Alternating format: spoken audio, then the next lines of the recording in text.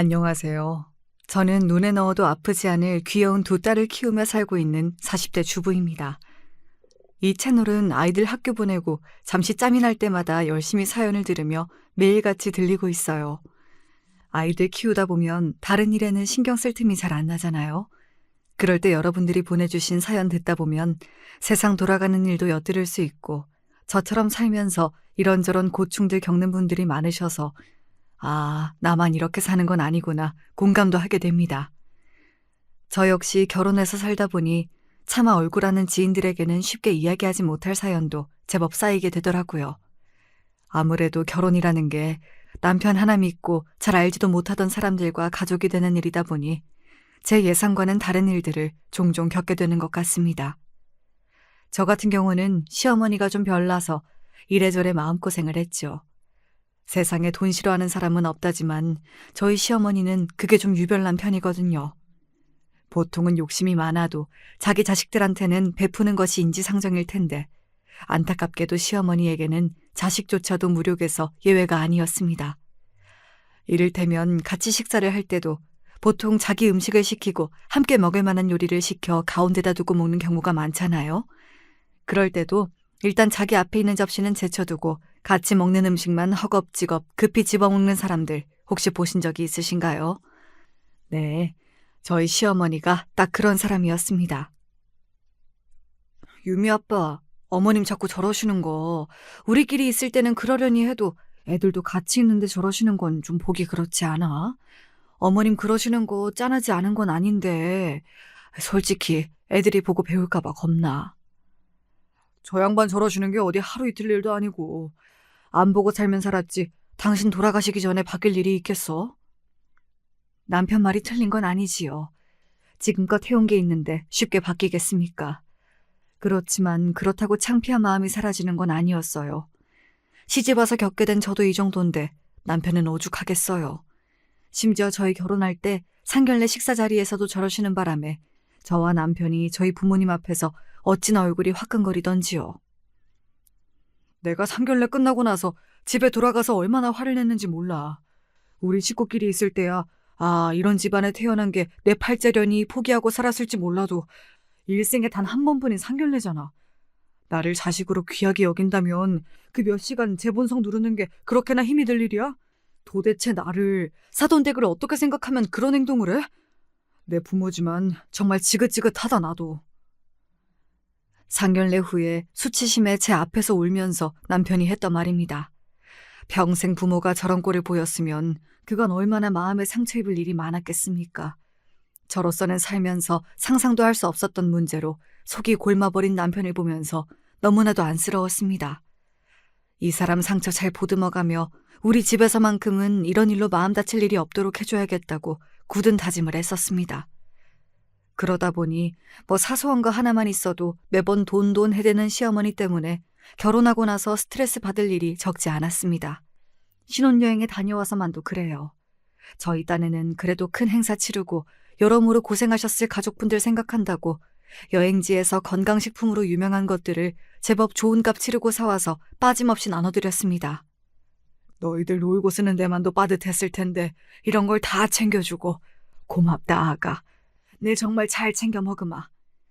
아버님, 별건 아니지만 이게 골다공증 예방에 그렇게 좋대요. 어머님이랑 매일 빠지지 말고 하나씩 꼭 챙겨 드세요. 오냐 오냐. 흐뭇하게 웃는 시아버지 옆으로 또 뭐가 불만인지 시어머니가 뚱한 표정을 감추지도 않고 앉아 있었습니다. 어른이시라는 분이 정말이지 이해가 가지 않을 정도로 제 감정 숨기기에 재주가 없는 분이셨습니다. 다들 고맙다며 감사 인사를 하고 있는데 시어머니 혼자 볼멘 소리를 했습니다. 이런 거 한 알 먹는다고 있던 병이 사라지는 것도 아니고 줄 거면 그냥 돈으로 주던가. 그 말에 일동당황해 제 눈치를 보기 시작했습니다. 본인들에게야 뭐 일상이라지만 새 식구가 들어온 참이었으니까요. 시아버지가 당황해 시어머니를 꾸짖었습니다. 이 사람이 귀한 선물을 받았으면 응당 고맙다는 소리가 먼저 나와야지. 새아기 보는데 이게 무슨 주태야? 아니, 내가 뭐 틀린 소리 한 것도 아니고. 주세요. 남편이 싸늘한 목소리로 말했습니다. 평생 이런 일을 겪고도 모자라 상견례에서의 창피부터 그날의 일까지 제 앞에서 보이기 싫은 꼴이란 꼴은 다 보이는 제 어머니를 남편도 더는 참아줄 수가 없었던 모양입니다. 저야 어머니 같은 사람의 자식으로 태어났으니 그간 서럽고 억울해도 이게 내 운명이려니 하고 참고 또 참았지만 새 사람 들어온 데서까지 창피한 줄 모르는 사람 더는 참아줄 생각 없습니다. 그렇게 불만이시면 도로 내놓으세요. 화가 나서 몰아붙이는 남편을 보자 그제야 상황이 심상치 않게 돌아가나 싶었는지 시어머니 기세가 꺾였습니다. 그 와중에도 제가 드린 선물이 욕심은 나는 모양인지 행여나 남편에게 선물을 도로 빼앗길까봐 품에 착 끌어안는 행색에 기가 막혀 헛웃음이 나올 지경이었습니다. 아니, 그렇다고 뭘 줬던 걸 도로 뺏는다고. 제 아내 하는 꼴에 시아버지도 여간 당황하신 게 아니었는지 목덜미까지 새빨개지셨습니다. 결혼식 이후 이 집 식구가 되고 나서 처음으로 시댁 식구들에게 기분 좋게 인사하는 자리가 될 줄 알았던 저도 기분이 썩 좋을 수가 없었죠. 아가, 정말 미안하구나. 내가 그렇게 주의를 주는데도 천송이라는 게 참 어쩔 수가 없는 모양인지 새 식구한테 정말 못 보일 꼴을 보였구나. 미안하다, 아가. 씁쓸한 기분으로 시댁을 나서는 길에 제 손을 꼭 잡고 시아버지께서 사과하셨습니다. 며느리가 되고 나서 당신 댁에 처음으로 오는 건데 이리 보내려니 얼마나 마음이 불편하셨겠어요. 저뿐만 아니라 당신 아들 보기는 또 얼마나 민망스러우셨겠습니까? 그래서 마음이 다 풀리지 않았음에도 불구하고 이리 굽히는 어른 손이 무안하실까 불어 더 아무렇지 않은 척 안심을 시켜드리고서야 저희 신혼집으로 돌아올 수 있었습니다. 내가 정말 당신 얼굴 볼 면목이 없다. 여보, 너무 그러지 마. 이제 내가 당신 식구인데 내 앞에서까지 이렇게 고개를 못 들면 어떡해. 나 모르고 시집 온 것도 아니잖아, 응? 그래도 며느리 앞에서 창피할 줄은 알 줄 알았는데 내 어머니란 사람이 내 상상을 뛰어넘는 사람일 줄은 나도 정말 몰랐어. 미리 알았더라면 당신한테까지 이런 꼴 보일 일 만들지 않았을 텐데. 그 말은 나가도 너무 나갔다, 여보. 꼭 내가 당신한테 무슨 사기 결혼이라도 당한 것 같잖아. 자꾸 그러면 나 정말 서운해? 솔직히 당황스럽지 않았다고 하면 거짓말일 겁니다. 하지만 다는 몰라도 대강의 상황은 남편에게 미리 들어 알고 있었고 무엇보다 전부 알고 있었다고 하더라도 남편을 선택한 제 마음에는 변함이 없었을 겁니다. 이 사람과 결혼하기로 한 것은 오로지 제 선택이니 내키지 않다 하더라도 그 선택으로부터 부수적으로 따라오는 것들 또한 제가 마땅히 감당해야 한다고 생각했습니다. 그렇다 하더라도 당신한테까지 저런 꼴 보고 살게 만들진 않을 거야. 앞으로 본가와 연락할 일이 있으면 내가 알아서 할 테니 당신 너무 신경 쓰지 마. 내가 다 알아서 할게. 여기까지 들으시면 자기 체면 좀 상하게 한다고 저희 남편이 모친에게 너무 모질게 구는 것이 아닌가 하고 생각하실지도 모르겠어요. 하지만 저희 남편이 저렇게까지 자기 어머니한테 정을 뗀 것은 비단 저런 이유만은 아니었습니다. 이 집안 기둥은 우리 장남 너 하나뿐이다. 당연히 좋은 게 있으면 큰애한테 먼저 가고 가장 좋은 걸 누려야지. 너는 그럴 자격이 있어. 자신의 탄생부터 지금까지 항상 자기가 자기를 낳아준 어머니에게 영원히 뒷전 취급을 받았다면 어머니를 좋아하는 게 더 힘이 들지 않을까요? 시어머니의 장남 사랑은 정말 유별났습니다. 같은 아들인데 어쩜 저렇게 대하는 게 다른 건지 처음 보고는 남편이 시아버지가 밖에서 나온 아들인 것 아닌가 의심스러울 정도였어요. 타인이 보기에도 이런데 당사자의 기분은 어땠겠어요? 차라리 내가 밖에서 데려온 자식이었으면 평생 이렇게 억울하진 않았을 거야.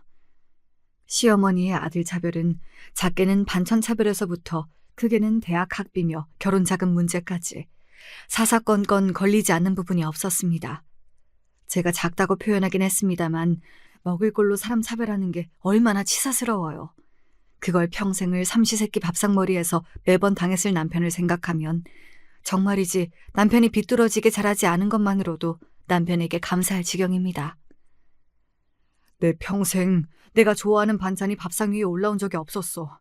다 형 좋아하는 거, 형 몸에 좋은 것들 위주였지. 그나마 그것도 먹을라 치면 죄다 형 앞으로 몰아주는 바람에 내 앞에는 밥그릇만 덜렁 놓여있고 아버지까지 없었으면 이놈의 집구석 진작 뛰쳐나갔을 텐데. 시아버지께서 어떻게든 남편이 덜 상처받게 하려고 중간에서 가진애를 쓰셨지만 매일 일하러 나가는 시아버지가 집안에서 일어나는 모든 일을 통제하는 건 애초부터 불가능했겠죠. 그런 어머니의 아들로 태어난 순간부터 제 남편 가슴이 생채기로 가득해지는 건 피할 수 없는 일이었어요. 시아버지께서 유독 저희 남편에게 약한 것도 당신이 지켜주지 못한 작은 아들에 대한 미안함과 죄책감 때문이라는 걸 짐작하기 어렵지 않았습니다. 그렇다고 남편의 형님, 제게는 아주버님이 되는 인간 또한 그렇게 인격적으로 성숙한 사람이 되질 못했습니다. 평생을 그렇게 자라서 그런지 자기가 더 많이 받는 걸 아주 당연하게 생각하는 사람이었어요. 하기야 이기적으로 키웠는데 이기적으로 자라는 게 어쩌면 자연스러운 일이었을지도 모르겠습니다. 욕심 많고 양보할 줄 모르는 것은 꼭 제 어머니를 닮은 사람이었습니다. 그래도 시어머니는 유일하게 제 장남에게만큼은 음식이며 돈이며 아까운 줄 몰라 했으나 아주버님은 오로지 저만 알고 제 입만 중한 사람이었으니 시어머니가 저보다 더한 인간을 만들어낸 건지도 모르겠네요. 집안 꼴이 이런 거로 제 남편은 어릴 적부터 집에 손 벌리지 않고 모든 것을 스스로 헤쳐나가야만 했습니다. 아무리 시아버지께서 더 신경을 써주신다 하더라도 제 앞으로 뭐 하나 더 들어갈까 아까워서 난리를 치는 제 모친 꼴을 보면 더러워서 집에서 뭘 받기도 싫었다고 하더라고요. 중학교 들어가자마자 알바해서 내 용돈을 벌어서 썼어. 형한테는 학원에 새 옷에 아까운 줄도 모르고 갖다 바치면서 공부도 더 잘했던 나한테는 학원 보내줄까 소리 한 번을 안 하더라. 옷이야 당연히 형이 지저분하게 입고 버리거나 작아진 옷들만 물려주고, 오죽하면 내 친구들이 내 집안 형편이 안 좋은 줄 알고 간식도 자주 사주고 집에 데려가서 밥도 먹여주고 그랬다고. 그 친구들 아니었으면 학교 다니는 게 더 팍팍했을 거야. 아니, 무슨 전생의 원수도 아니고 똑같이 배 아파 낳아놓고는 왜 저희 남편에게만 저렇게도 모질게 군 걸까요? 딸아이 둘을 낳고도 그 둘 중 누가 더 귀하다는 생각을 해본 적이 없는 저로서는 시어머니의 심리가 도저히 이해가 되질 않았습니다. 저만 아는 이기적인 사람들도 보통 제 자식은 챙기는 게 인지상정 아니던가요? 우리 유미 짐이라고 생각하면 난 절대로 그런 생각 못 품겠던데 대체 자기 어머니는 왜 그렇게까지 모질게 군 건지 정말인지 이해가 안 가. 제 말에 남편이 콧방귀를 뀌더군요. 그나마 내가 아들로 태어나기라도 했으니까 그 정도였지. 아마 내가 딸이었더라면 학대를 하고도 남을 인간이야. 설마 그렇게까지 했을까 생각하는 게 보통일 테지만 남편의 의심은 저로서도 합리적인 데가 있었어요. 실제로 제가 연달아 딸을 둘 낳았을 때 시어머니는 딸이라는 소식에 저희 아이들 얼굴 한번 제대로 보려고 들질 않더라고요. 어떻게 된 게 아들 하나를 못 낳아? 태에 문제가 있나? 할 말 못할 말 못 가리고 그게 무슨 소리예요? 누가 반긴다고 여기까지 와서 고생한 사람 앞에서 망발을 하고 있어. 당장 나가요! 제가 둘째 낳고 시어머니에게 들었던 소리입니다.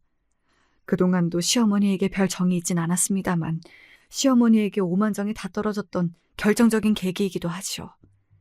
저야 그러려니 넘겨준다 치더라도 저 고약한 성미에 저희 귀한 딸내미들까지 상처받게 만들 생각은 없었습니다. 본인도 반기지 않는다는데 제 귀한 아이들 얼굴 보여줄 생각은 눈꼽만치도 없었기에 그 이후로 시댁에도 발길을 뚝 끊었습니다. 그러자 아쉬워진 건 시아버지뿐이었어요. 아주버님이야 뭐 본인 동생도 사람 취급 안 하는데 조카라고 예뻐했겠습니까? 시어머니야 말할 것도 없고 그 집구석에서 손자 구경하지 못해 안달이 난 사람이야 시아버지밖에 없었습니다. 아직 결혼을 못한 아주버님 때문에 우리 딸아이들은 그 집안에서 처음으로 본 손자들이었습니다. 시아버지는 눈에 넣어도 아프지 않을 귀한 손자를 제 부인 폐악 때문에 제 집에서 볼 수 없으셨죠. 그래서 시아버지는 혼자 저희 집에 오셔서 저희 아이들을 보고 가시곤 했습니다.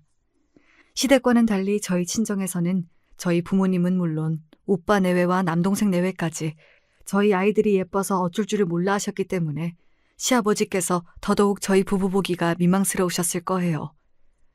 둘째 아이가 5살 생일을 맞이했을 무렵 친정 어머니에게서 암이 발견되었습니다. 평소에 건강하셨고 꼬박꼬박 건강검진을 빼먹지 않고 열심히 받으셨기 때문에 친정엄마의 암 발병 소식은 저희 친정 식구들 모두에게 충격적이었습니다. 특히나 저희 친정 부모님들을 직접 모시고 살고 있었던 오빠의 충격이 컸습니다. 오빠는 결혼 전에도 저처럼 따로 독립해서 나가 산 경험도 없고 결혼과 동시에 올케 언니가 합가를 해서 들어왔기 때문에 평생 엄마와 떨어져 사신 적이 없었습니다. 그만큼 오빠와 엄마 사이가 각별하기도 했고 워낙 타고난 성정 자체가 다정한 오빠였기에 동네에서도 효자로 소문이 자자했어요. 지연아, 어떻게 하냐. 내가 그동안 많이 부족했나 봐. 조금만 더 일찍 발견했더라면 암까진 가지 않았을 텐데. 그게 무슨 소리야, 오빠. 오빠가 엄마한테 얼마나 지극정성인지 동네에 모르는 사람이 없는데. 오빠가 못한 거면 나나 지훈이나 아무도 못해. 오빠가 이런 생각하는 거 알면 엄마가 더 속상하실 거야. 오빠는 오빠가 할 수 있는 최선을 다했어. 그건 나도 알고 아빠도 알고 지훈이도 알고 엄마도 알아. 그러니까 절대로 그런 생각하지 마. 제가 그럴 일이 아님에도 자책하는 오빠를 보면서 속이 상했습니다.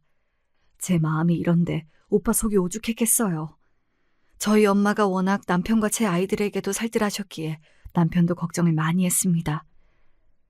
장모님은 내 진짜 친어머니보다도 더 친어머니 같은 분이신데 그동안 내가 신경을 너무 못 썼어. 평소에 더 잘했어야 하는데.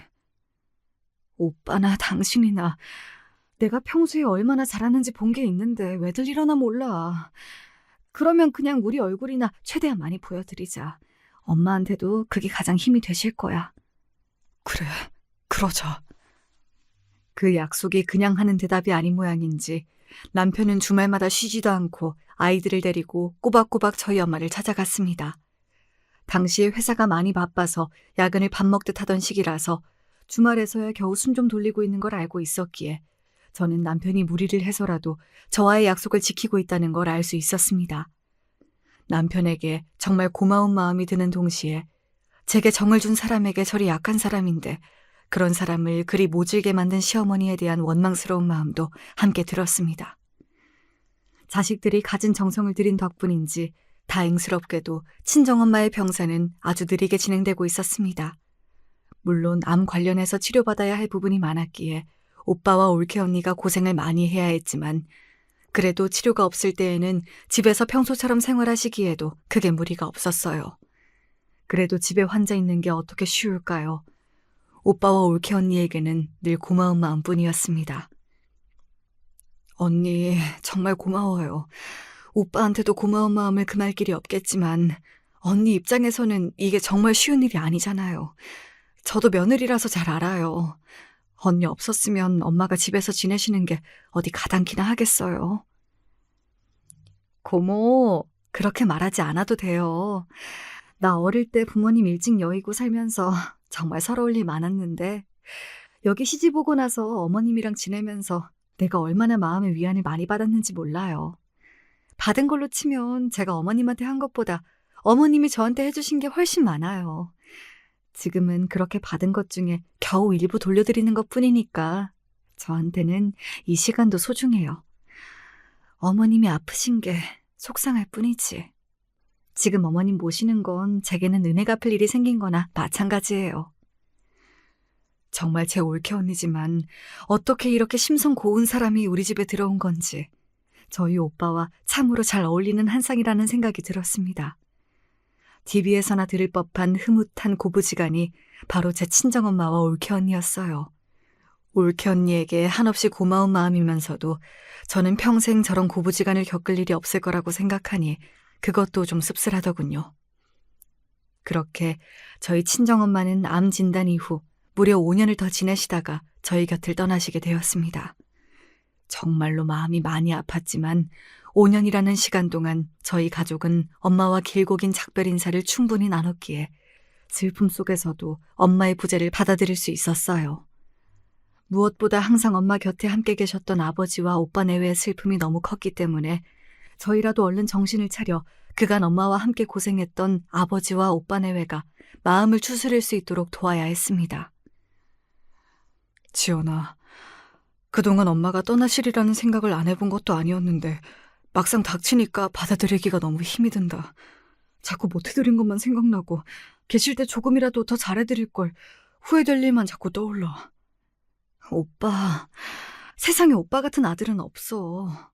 그건 나보다 엄마가 더 잘 알고 계시고, 오빠 없을 때 엄마가 나한테 얼마나 오빠 사랑을 한 줄 알아? 가끔은 오빠가 당신 자식이 아니라 아버지 같다고까지 하셨어. 오빠, 정말 고생했어.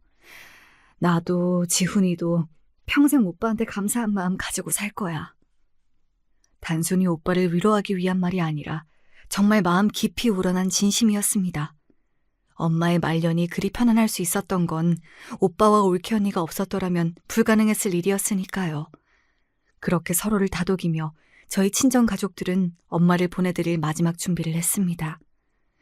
저희 친정엄마도 친정아버지도 인품이 좋은 분이셔서 엄마의 장례식장에는 조문객이 끊이지 않았습니다.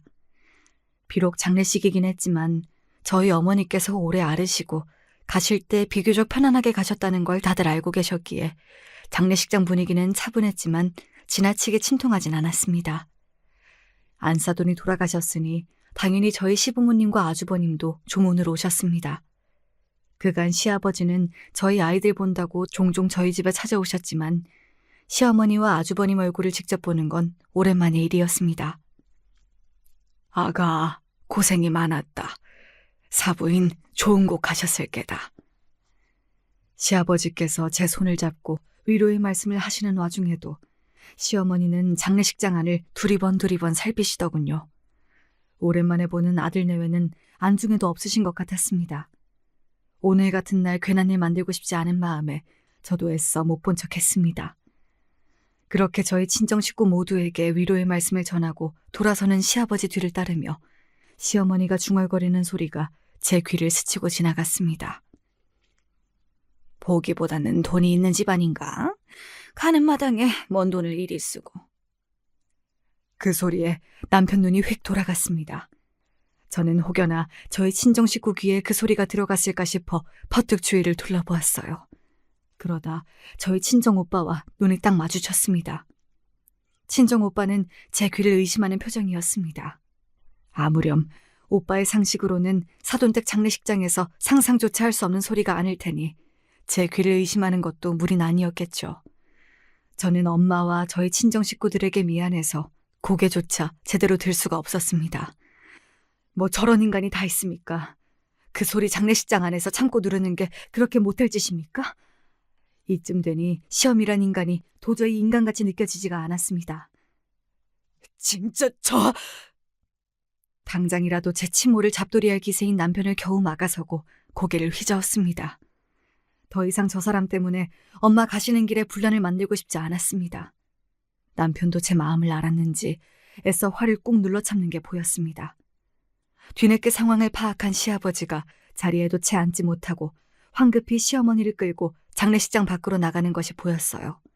그 와중에도 아주버님은 제 부모가 허둥지둥 장례식장을 빠져나가든 말든 신경도 쓰지 않고 멀뚱히 서 있기만 하더라고요. 참 한결같은 모자지간이었습니다. 여보, 내가 정말 미안해.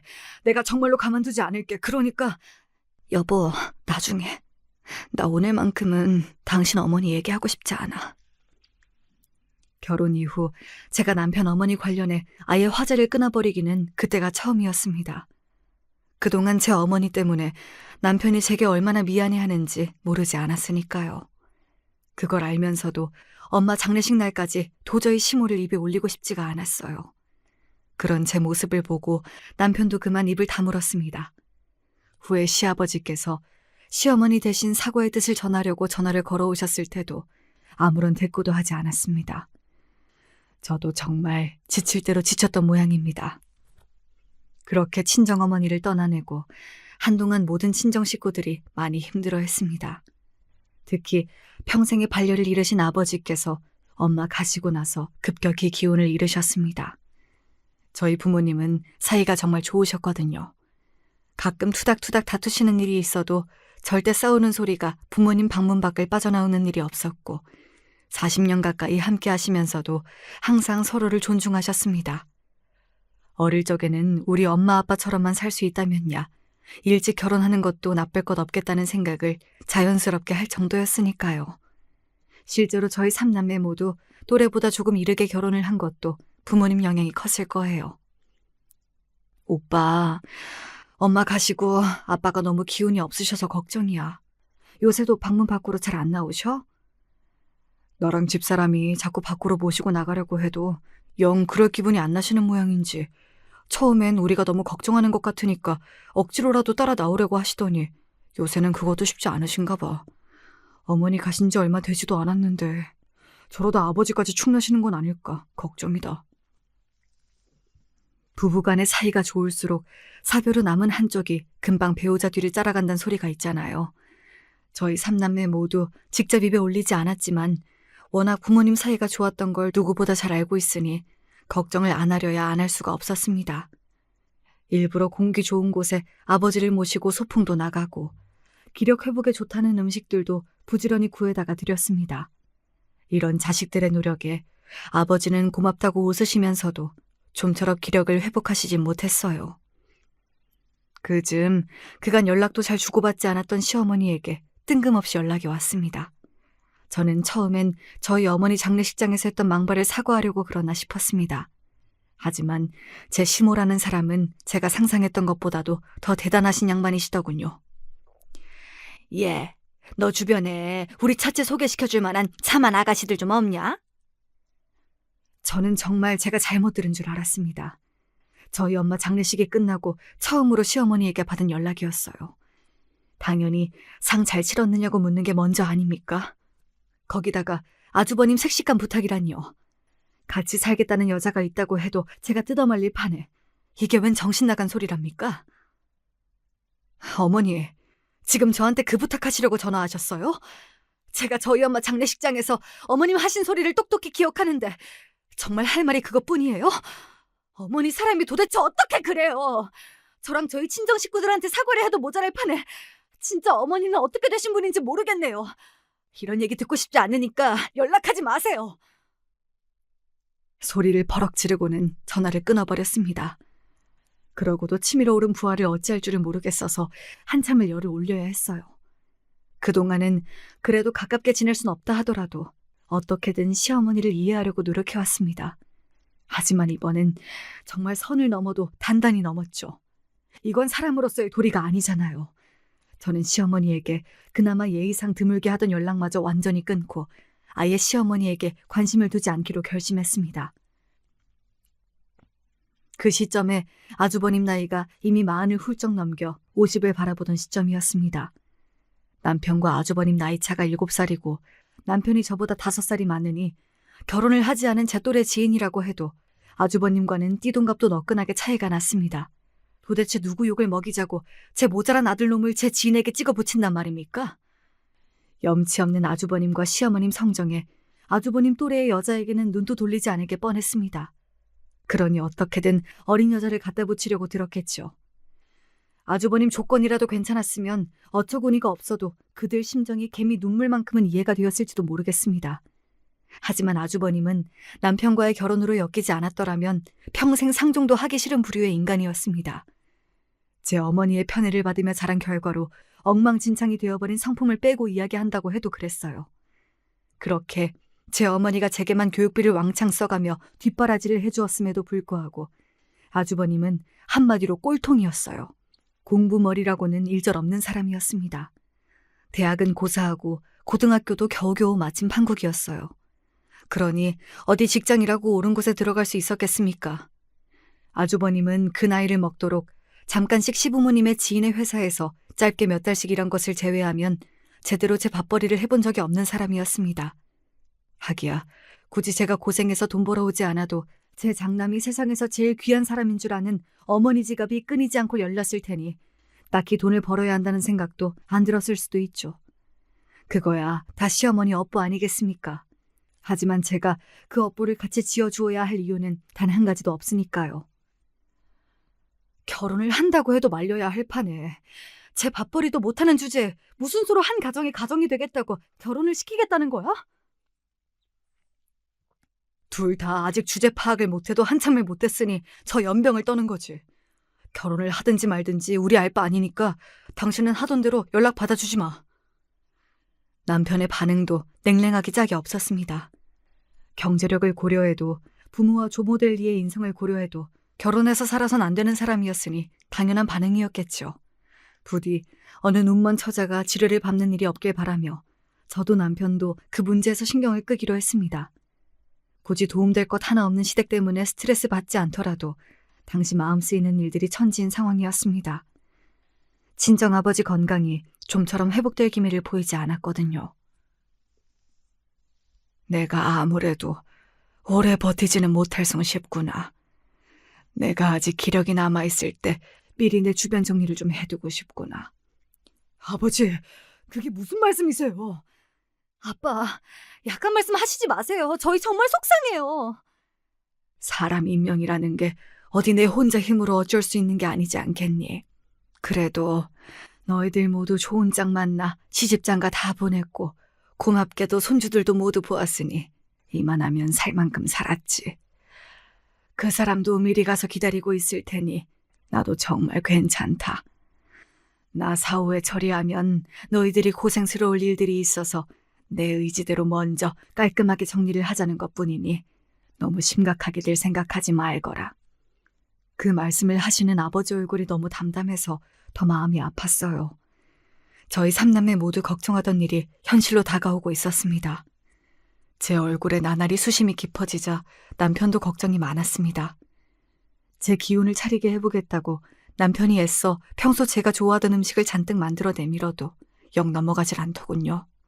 장모님 가신 지 얼마 되지도 않았는데 장인어른까지 영 기운을 못 차리시니 당신 마음이 오죽하겠어.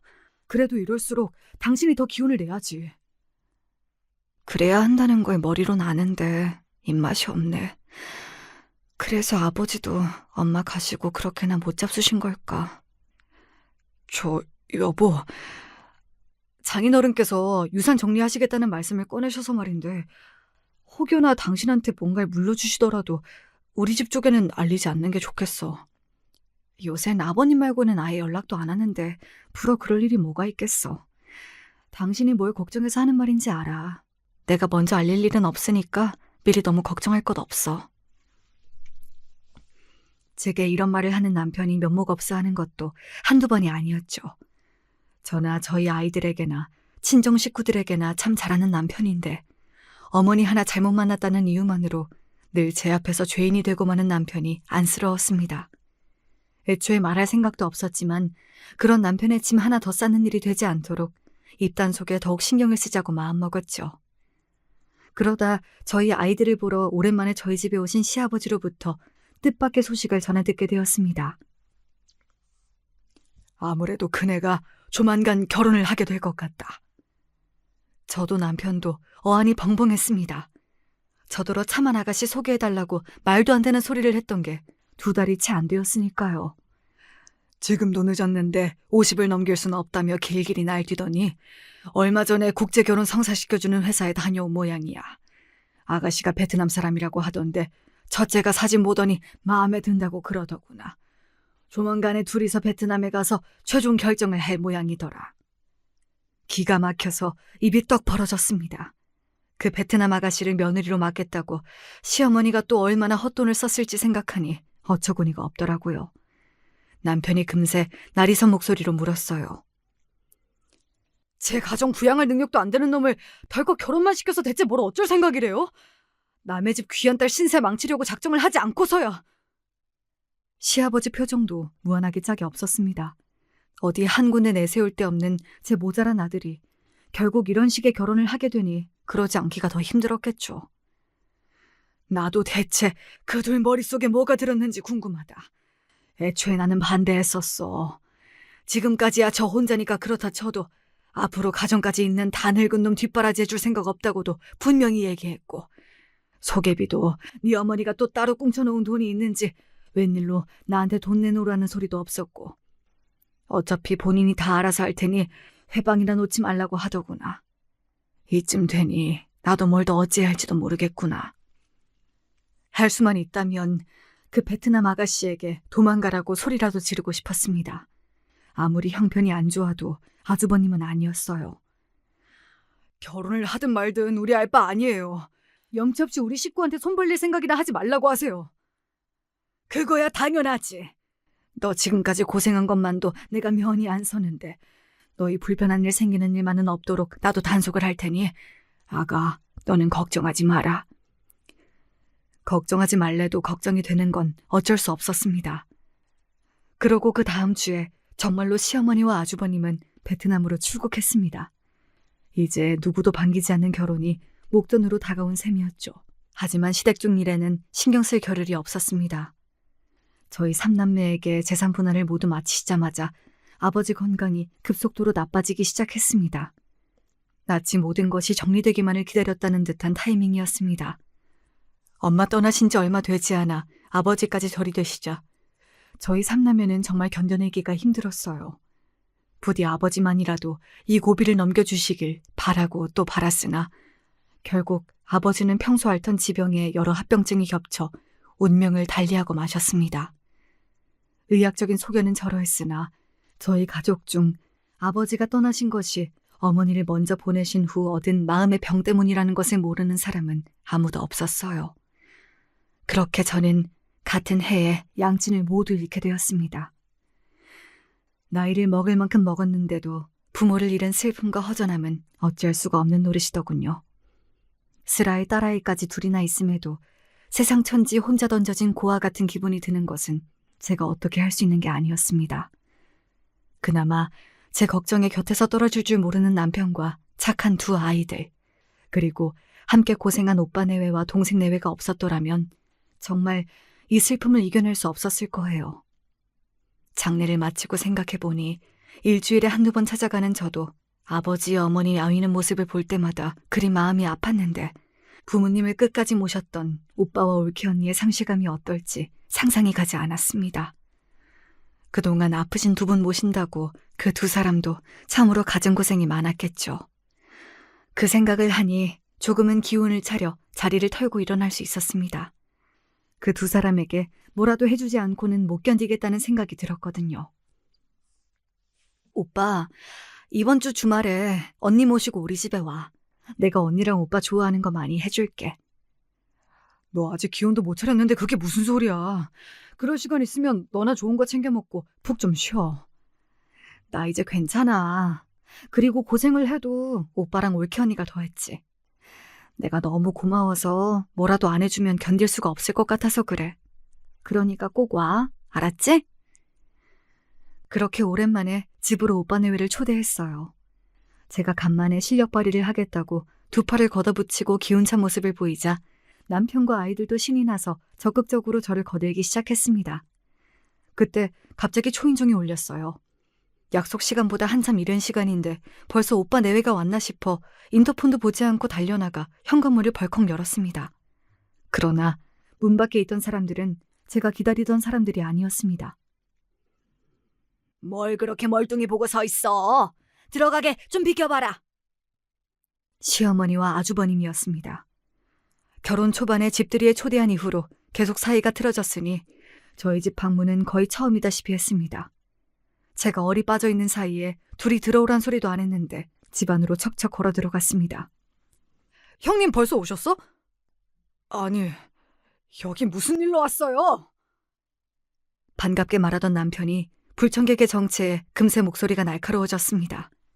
시모는 잠시 남편 눈치를 보는 듯 했으나 이내 눈길을 피하고는 저를 똑바로 쳐다보더니 말하더군요. 너희 아버지한테 유산 꽤나 받았다며? 그렇게 큰일이 있는데 어른들한테 말씀도 안 드려? 기가 찼습니다.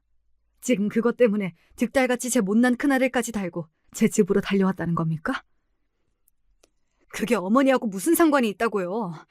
저한테 그런 말 해야 할 의무 같은 건 없습니다. 이제 부모님 다 돌아가셨으면 우리가 네 유일한 부모인데 어떻게 그런 의무가 없어? 이 고얀 것! 미쳤어요? 애들도 있는데 어디서 행패야 행패가!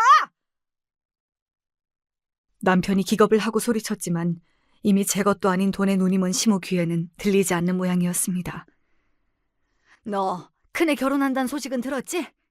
너 얘 신혼집 좀 해줘야겠다. 하도 말 같지도 않은 소리를 들으니 저나 제 남편이나 그만 고장이 난 모양이었습니다. 말문이 턱 막혀 대꾸를 못하고 있으니 시어머니가 기막힌 소리를 줄줄 늘어놓더군요. 유산을 5억이나 받아놓고도 입 싹 씻을 생각을 하다니. 부모 다 떠나고 나니 정말로 본데가 없어진 건지. 그 베트남 계집애가 분가시켜주지 않으면 시집을 안 오겠다며 생대를 부리고 있으니 뭐 어쩌겠니. 내가 품고 살고 싶어도 집을 구해줘야지. 그걸 내가 왜 구해줘요? 내가 내 아버지, 내 부모한테 받은 건데 왜 당신이랑 데크나들한테 그 돈을 써? 이 거지 같은 것들아! 제가 이성을 잃고 소리를 지르니 시어머니가 저도 발끈해서 소리를 질러댔습니다. 우리 집 호적에 올라왔으니 네 돈이 내 돈이지. 너 이제 고아야. 부모도 없는 것 한울타리에 넣어줬으면 예 알겠습니다 하고 얌전히 굴 일이지. 어디서 우리 큰아들 앞에서 버릇없이 큰 소리를 쳐! 그 말에 남편 눈이 횟가닥 돌아버렸습니다. 인간 같지도 않은 것들이 어디서 행패야! 나 당신 같은 어미 둔 적 없으니 당장 내 집에서 꺼져! 그 말을 끝으로 남편이 시모와 제 형님을 거의 집어 던지듯 문 밖으로 내던져 쫓아내버렸습니다. 그 와중에도 제 어미 뒤에 숨어 멀뚱히 그 개소리를 듣고 있던 형님이라는 놈을 한 대 걷어 차버리고 싶었어요. 저는 그만 그간의 서름이 모두 폭발해서 그 자리에 주저앉아 엉엉 울어버렸습니다. 한참을 울어도 제가 그칠 기미를 보이지 않자 남편이 식은땀을 흘리며 당황했습니다. 그때 다시 초인종이 울렸어요. 제가 기다리던 오빠 내외였습니다. 지연아, 이게 대체 무슨 일이야? 오빠. 제가 오빠를 보고 다시 터진 서름에 엉엉 울어젖히자 오빠도 사태가 심상치 않다 싶었나 봅니다. 오빠의 계속된 추궁에 결국 저는 시모와 있었던 일들을 한풀이하듯 두서없이 풀어놓기 시작했습니다. 짐작은 했지만 생각보다 더 심한 상황에 오빠 얼굴이 점점 굳어져 갔습니다. 그 옆에선 남편은 송구함에 몸둘 바를 몰라 했습니다. 오늘은 그동안 고생한 언니 오빠한테 감사해서 대접을 하려고 했는데 오히려 못 볼 꼴만 잔뜩 보게 했네. 미안해 오빠. 미안해요 언니. 무슨 그런 소리를 해요. 고모, 우린 괜찮으니까 신경 쓰지 말아요. 그래 지연아. 나머진 오빠가 다 알아서 할 테니 걱정하지 마. 넌 하나도 걱정할 거 없어. 정신없는 와중에도 대체 오빠가 뭘 알아서 한다는 건지 알 수가 없었습니다만 이내 잊어버리고 지나가고 말았어요. 대망의 그날이 다가오기 전까진 말이죠. 그날로부터 일주일쯤 지났을까 시아버지에게 전화가 왔습니다. 시집 온다는 베트남 아가씨가 다음 주에 인사를 온다고 하는데 그래도 너희한테 알려는 주는 게 맞는 것 같아서 굳이 오진 않아도 된다. 저나 남편이나 그 두 종자와는 상종도 하기 싫었으니 갈 생각이 없었습니다. 그런데 뜻밖의 오빠로부터 연락이 왔어요. 너희 시댁에서 그 베트남 며느리 인사 온다고 안 그러든? 그걸 오빠가 어떻게 알았어? 그럴 일이 있다. 그날 나도 너희 내외랑 좀 같이 가자. 경우 바른 오빠가 할 만한 말은 아니었으나 그렇기에 더욱 거절을 할 수가 없었습니다. 절대 이유 없이 저럴 사람이 아니었으니까요. 그렇게 저희 부부는 오빠까지 대동하고 예정이 없던 시댁 방문을 하게 되었습니다. 저희 셋이 같이 들어오자 시무와 아주버님도 당황한 것 같았죠. 저분이 결혼하실 분인가 봐요. 곧 사돈이 될지도 모르겠네요. 정말로 결혼을 하신다면 말이죠. 네? 아가씨가 생각보다 우리말을 잘 알아듣는 모양이었습니다. 정작 저는 제 오빠가 무슨 말을 하는지 알아들을 수가 없었지만요. 그런 저희 앞에 오빠가 서류 하나를 탁 내던졌습니다. 그건 무려 아주버님의 병원 진료 기록과 웬 사진들이었어요. 그간 어머님 등골 꽤나 뽑아드신 걸로 아는데 그걸 다 여자 사는 데 쓰신 모양입니다. 아주 안 걸린 성병이 없으시네요. 그 말에 퍼뜩 서류를 확인해보니 세상에 제 입으로 담기에도 더러운 온갖 성병에 대한 진료 기록이었습니다. 대중들이 흔히 아는 일방적인 성병에서부터 시작해서 전염성이 매우 강하고 질이 나쁜 성병들도 제법 포함되어 있었습니다. 서류를 만지는 것만으로도 더러운 게 없는 기분이라 서류를 패대기 치니 그제야 그 옆에 사진들이 눈에 들어오더군요. 업소를 들락거리는 아주버님이 찍힌 사진이었습니다. 제 옆에서 그 사진들을 보는 베트남 아가씨 입이 기함에서 떡 벌어졌어요. 당신 대체 이게 무슨 짓이야? 우리 애한테 사람이라도 붙인 거야? 내가 이걸 가만히 넘어갈 줄 알아? 사람을 붙인 건 되게 먼저 아닙니까? 대체 우리 집안 유산 얘기를 어떻게 한 건가 했더니 내 동생한테서 유산 뺏으려고 심부름센터 사람까지 고용한 건 그쪽이 먼저입니다. 분노에 소리치는 오빠 말에 심장이 멎는 것 같았습니다. 그러고 보니 대체 시모가 어떻게 제가 유산 받은 걸 안 건지 의아했어요. 주변에 아무도 말 옮길 사람이 없었으니까요.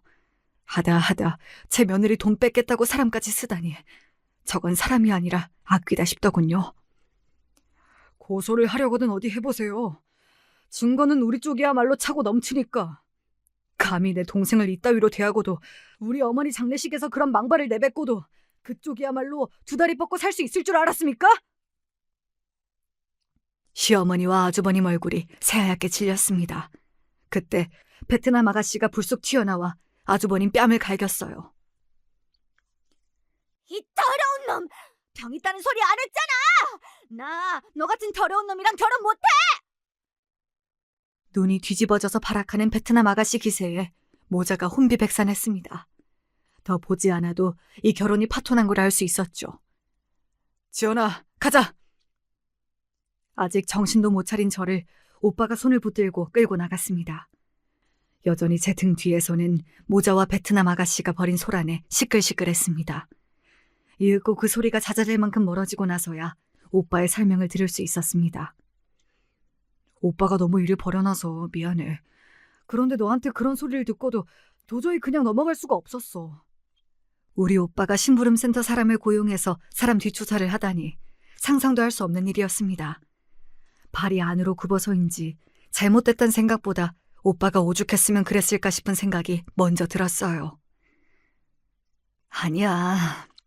나 이 집 시집 오고 나서 이렇게 속이 시원했던 적이 없었어. 다 오빠 덕이야. 잘했어, 오빠. 그 말은 진심이었습니다. 그러고 나서야 정말로 그 지긋지긋한 두 인간과의 연이 완전히 끊어졌거든요. 남편 형놈의 결혼은 당연히 깨졌습니다.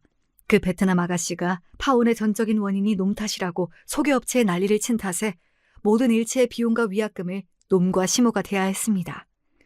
시아버지와 시모는 결국 별거를 시작했습니다. 위약금 물어달라며 우는 소리를 하는 시모를 보고 이 인간은 죽을 때까지 바뀌지 않겠구나. 시아버지도 그제야 완전히 시모를 포기한 거죠. 시아버지가 제 큰아들도 꼴보기 싫다며 같이 쫓아낸 덕에 그 둘은 단칸방 하나 얻어 좁아 터진 방에서 서로 죽이네 살리네 공상을 떨며 살고 있다고 하네요. 내 진작 이리 했어야 할걸. 내가 미련해 너와 네 식구까지 힘들게 만들었구나. 그 둘한테는 너희 둘한테 손 벌리려고 하면 저번 일까지 합쳐서 소송 건다고 으름장을 놓았으니 아마 다신 너희한테 못 나타날 게다. 그 말에 지레 겁을 집어먹은 건지 몰라도 정말로 그 이후로 그 둘에게서는 아무런 소식도 듣지 못했습니다. 오빠에게 후의 일을 전하자 그저 담담하게 이렇게만 말하더군요. 그래, 그렇게라도 네 앞에 나타나지 않게 됐다니 나는 그거면 됐다. 남편은 비록 저와 오빠에게 고개도 못 들 정도로 미안해하긴 했으나 지긋지긋하던 제 모친과 형이 완전히 남이 되었다는 것만큼은 만족스러워하는 것 같았습니다. 저 역시 저보다는 남편이 상처가 많았을 테니 남편이 그걸로 됐다면 저도 마찬가지입니다. 시모와 남편의 형에게는 일말의 미안함도 없습니다. 잘못한 그네들도 제게 미안해하거나 사과하지 않는데 피해자인 제가 그래야 할 이유는 없겠죠. 그렇게 저희 가정은 비로소 평화를 찾을 수 있었습니다. 사람이 참아주는 것도 정도껏이어야지요. 감당이 되지 않는 악연은 제 노력으로 어떻게 해볼 수 있는 게 아니라는 걸. 더 속이 썩기 전에 일찌감치 정리하는 게 정신건강에 이롭다는 것을 배웠습니다. 어떻게 제 사연 듣고 속이 좀 풀리셨을까요? 긴 이야기 함께 해주셔서 감사드려요.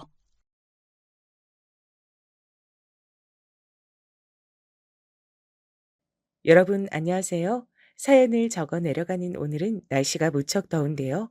제 남편을 꼭 이런 더운 여름날에 만났었죠. 손이 따스한 사람이었고 그 손만큼 마음도 따스한 사람이라서 전 금세 반하게 됐답니다. 의지를 많이 했어요. 그래서 평생을 함께하고 싶다는 확신이 들었고 자연스레 결혼이란 과정으로 옮겨갔죠. 자, 여기서부터 어처구니 없음의 향연이 시작됩니다. 잘 사귀고 결혼 과정으로 잘 갔다고 하더니 갑자기 웬 반전이냐고요? 네, 저도 당시에 그랬어요. 뭐? 오빠, 그게 무슨 소리야. 조카를 앞으로 우리가 키우면 안 되겠냐니. 나 지금 멀쩡히 두 귀로 듣고도 무슨 소린지 정확하게 인지가 안 되네. 말 그대로 조카잖아. 오빠 누나의 자식. 그 애를 우리가 왜 해? 자기 엄마하고 잘 살고 있는 아이 아니야? 나 여태까지 그렇게 알고 있었는데. 너한테 그만 차마 말을 못했는데 내 조카 서영이 말이야. 자기 엄마하고 안 살아. 우리 누나가 새로 사귀게 된 남자친구하고 동거한 지 꽤 됐거든. 그러면서 아이를 두고 갔어. 뭐라고? 성격 차이로 이혼하신 뒤로 줄곧 혼자 지내시는 거 아니었어? 남자친구? 동거? 아니, 여기까진 그렇다 쳐. 충분히 그러실 수 있지. 이혼하고 새로 남자친구가 생겼으면 아이는 친정에 맡겨둘 수 있지. 절대 이상한 일이라고 생각 안 해. 근데 이제 와서 왜 갑자기 조카를 우리가 키우면 안 되겠냐는 얘기가 나오는 거야? 난데없이? 그게 내가 너하고 결혼하겠다고 하니까 누나가 펄쩍 뛰면서 사실은 자기도 결혼 생각이 있었다 그러더라. 적어도 우리보다 빨리 결혼식을 올릴 건데 아이가 있으면 재혼이 쉽지 않으니까 아이를 앞으로 계속 자기가 못 키울 것 같다고 이번에 못을 박았어. 심지어 우리보다 먼저 결혼 계획이 있으셨다고? 오빠, 그렇다 쳐도 어머니께서 계속 아이를 맡아오신 거 아니야? 이제는 아이를 못 맡게 되신 사정이라도 있는 거야? 내가 그냥 솔직히 털어놓을게. 우리 엄만 아이 보는 걸 싫어하셔. 항상 짐이라고 생각하셨고, 대체 누나가 아이를 언제 데려가려나 오매불만 그것만 기다리셨어. 근데 누나가 재혼의 걸림돌이라면서 아이를 영영 안 데려가겠다니까 엄마가 눈이 뒤집어지신 거야. 저는 제가 도대체 무슨 얘기를 듣고 있는 건가 혼란스럽기만 했습니다. 정리를 하자면 남편에겐 누나가 하나 있습니다. 시누이라고 하기도 싫지만 아무튼 저의 시누이 되는 인간이죠.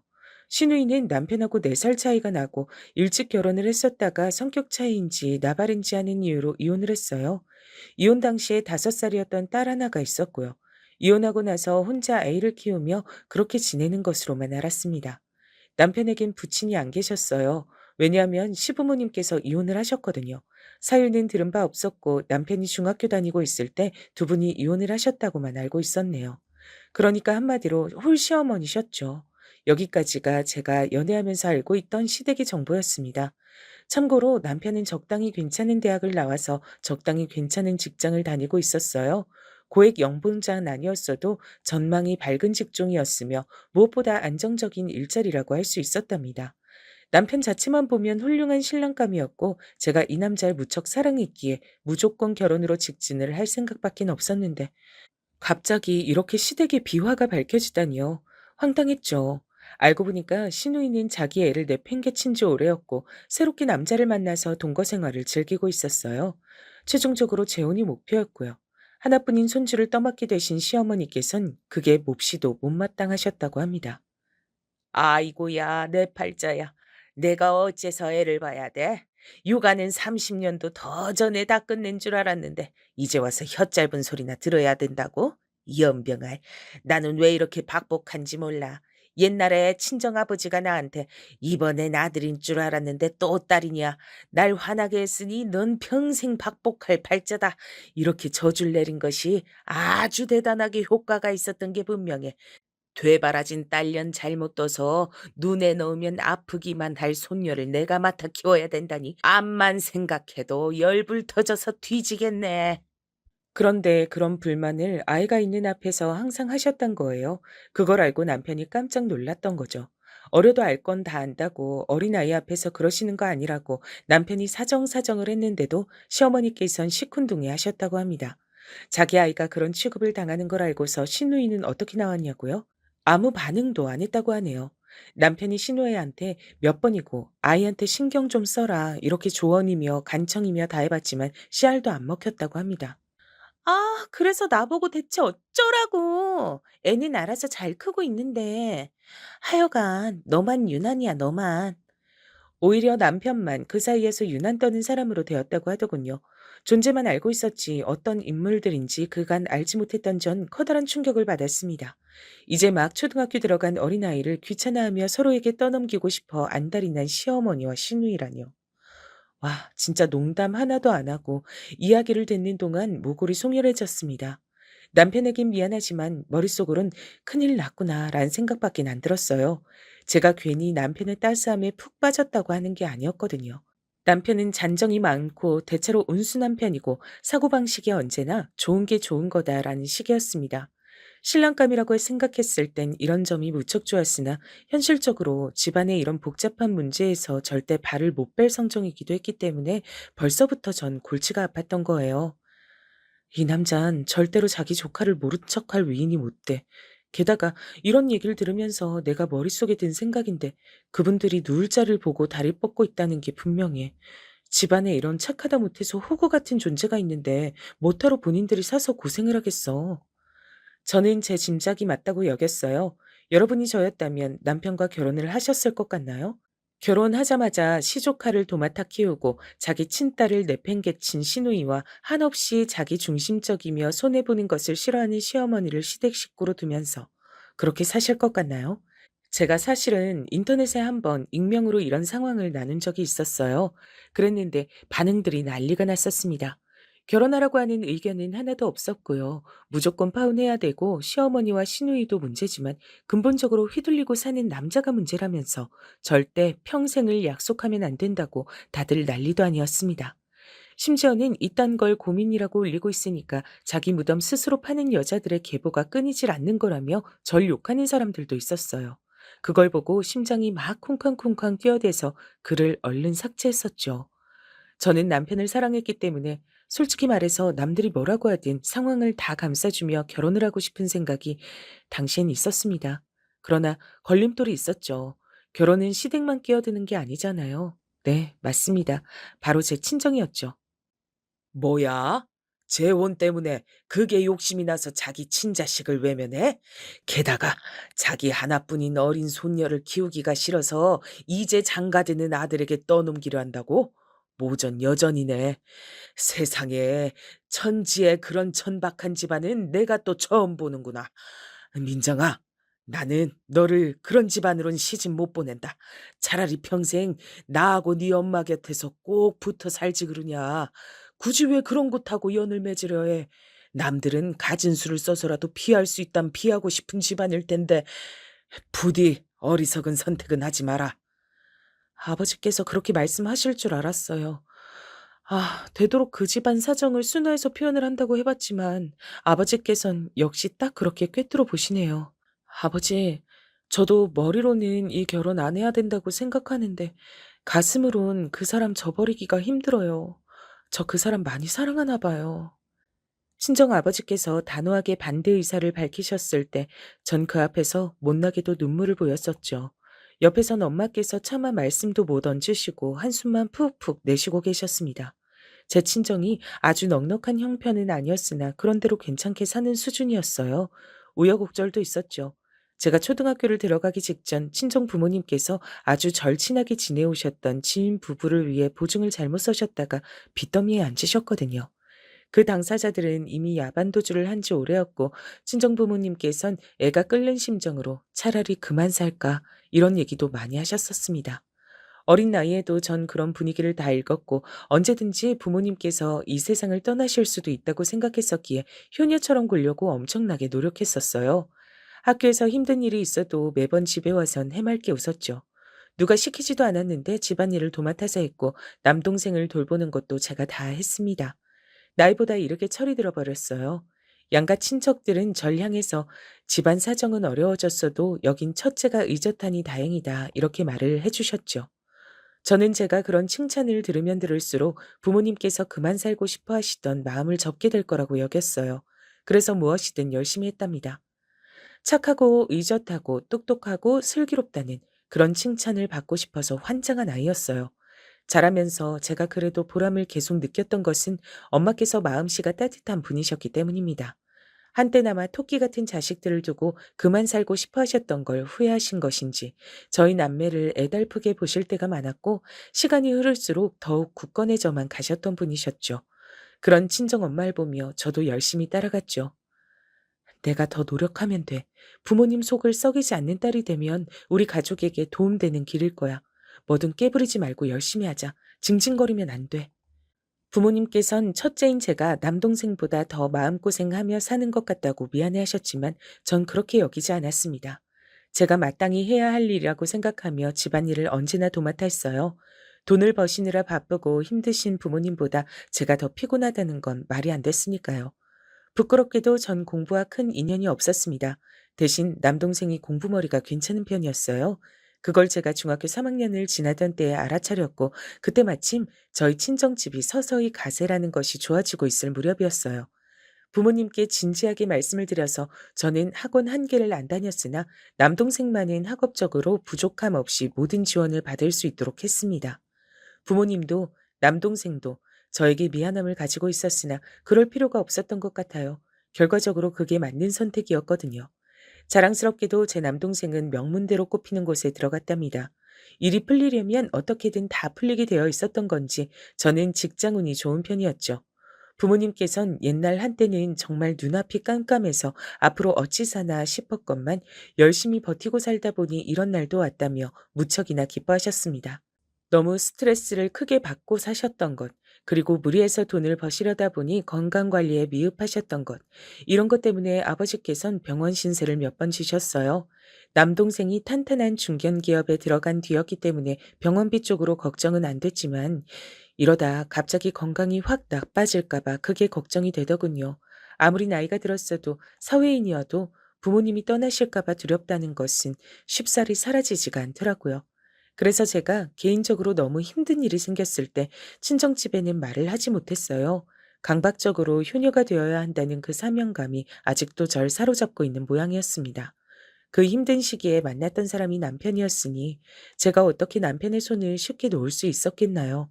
분명 연애할 때까지만 해도 부모님께선 결혼 찬성이라고 그러셨던 분들이었기 때문에 더욱더 친정 부모님의 태도 변화가, 그 냉정한 반대가 미치게 속상했습니다. 이런 저를 향해서 남동생은 쓴소리를 날렸었죠. 누나가 지금 생각 잘못하고 있는 거야. 진짜로 속상한 사람은 누나가 아니라 우리 부모님이야. 밖에 나가서 길 가는 사람 아무나 붙잡고 물어봐라. 이런 상황에서 자식 결혼을 반대 안 할 사람이 있는가 없는가. 열이면 열, 전부 다 반대할 거야.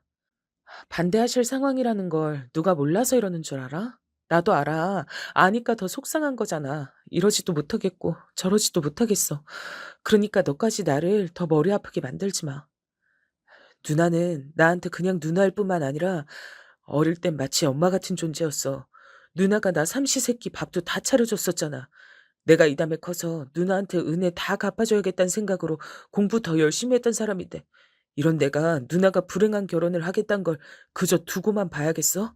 지금 감정이 앞서서 사리분별이 안 되는 모양인데 이 결혼 하겠다는 거 진짜 바보 같은 짓이야. 남동생이 그렇게까지 말을 하니까 결혼에 대한 자신이 없어지더라고요. 친정 식구들의 반대를 뒤로하고 결혼해봤자 행복할 수 있을까 싶었고요. 특히 엄마께서 이렇게 말씀하셨을 때 제가 숙연해지고 말았습니다.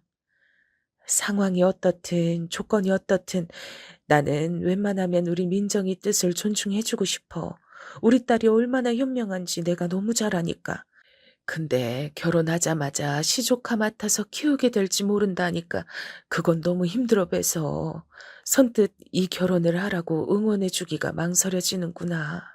사랑하는 엄마의 눈에서 눈물이 나게 할 순 없었습니다. 저는 그런 불효녀가 될 수 없어서 대신 사랑하는 남자의 눈에서 눈물이 나는 걸 볼 수밖에 없었던 거예요. 결국은 파혼을 했어요. 결혼 약속 다 해놓고 이런저런 결혼 생활에 계획까지 다 짜놓고 그래놓고 헤어졌습니다. 식장 들어가기 전까진 모르는 것이라던 어른들의 말씀, 그거 정말 맞더라고요. 남편은 저를 향해 미안하다고 거듭 사과를 했어요. 진작 집안 얘기를 자세히 밝히지 못했던 건 자기가 비겁했기 때문이라고 하더군요. 아니야, 나는 오빠 잘못이라고 생각하지 않아. 그냥 상황이 어려운 것뿐이야. 남편을 위로해 주었던 제 말은 진심이었습니다. 대관절 착한 남편이 뭐가 잘못일까 싶었네요. 헤어지고 나서 저는 더 좋은 직장으로 이직을 하면서 이사까지 했었죠. 더 잘 살게 될 줄 알았었는데 몇 개월 뒤 직장 내부 사정이 어려워졌습니다. 설상가상 저는 억울한 일에 휘말려서 스트레스를 엄청 받게 됐고요. 결국 반강제로 이뤄진 퇴사를 했고, 설상가상으로 친정 아버지께서 한 차례 편찬 의식기까지 해서 심적으로 너무 힘들게 지낼 때 남편과 재회를 했습니다. 추운 겨울날 버스 정류장에서 마주쳤어요. 하필 저는 그날따라 출애했는데 남편은 아주 차림새가 번듯하고도 근사했죠. 너무 창피해서 도망치고 말았답니다. 그날 밤에 남편에게서 연락이 왔을 때 고민하다가 못 이긴 척 연락을 받았어요. 남편은 정말로 그간 잘 지냈더라고요. 그 사이 승진을 한 것이죠. 남편은 잘난 척을 하려고 저에게 근황을 알려준 게 아니었어요. 저와 다시 잘해보고 싶은 마음에 그런 사실을 알려준 것이었습니다. 게다가 승진보다 놀라운 소식이 있었어요. 우리 누나 있잖아. 사귀던 남자하고 헤어졌어. 뭐? 그 남자하고 재혼하신다던 거 아니었어? 근데 헤어진 거야, 완전히? 완전히 끝났고 벌써 반년 가까이 돼가는 일이야. 그래서 누나가 조카를 직접 키우면서 지내. 시누이의 재혼이 완전히 없던 일이 되었고 시댁에선 시어머니와 함께 시조카를 키우고 있는 모양이었습니다. 일이 이렇게 풀리다니 너무나도 잘된 일이었죠. 그래서 여전히 저밖에 없다고 하는 남편에게 흔들렸고 이번엔 친정 식구들도 반대를 하지 않았습니다. 이제는 더 이상 건강 문제로 우릴 놀래키지 않을 줄로 알았는데 이번에 네 아버지 그렇게 또 병원 신세 지셨던 걸 봐라. 사람 일은 어떻게 될지 모르는 거나 싶어. 크게 욕심부리지 않고 네가 결혼해서 얼른 잘 사는 모습이나 보는 게 인생의 소소한 행복이 아닐까 싶다. 친정엄마께선 눈물을 글썽거리며 말씀하셨습니다. 아버지께서 또 한 차례 편찮으셨던 일로 마음이 너무 쓰이신 모양이었죠. 저는 이렇게 된 이상 남편과 결혼해서 행복하게 사는 모습을 보여드리는 게 최고라는 생각을 했습니다. 남동생이 저희 부부를 위해 당시 최신형이었던 냉장고와 세탁기를 사주었어요. 톱스타가 TV 광고를 하는 제품들이었는데 시누이가 보자마자 한마디 하더라고요. 와, 이런 건 진짜 부잣집들이나 쓰는 거 아닌가? 난 TV에서만 봤지 실제로 이렇게 좋은 걸 쓰는 집은 처음 봤네. 제 동생이 하나뿐인 누나 결혼한답시고 무리를 좀 했어요. 너무 고맙고 미안하더라고요.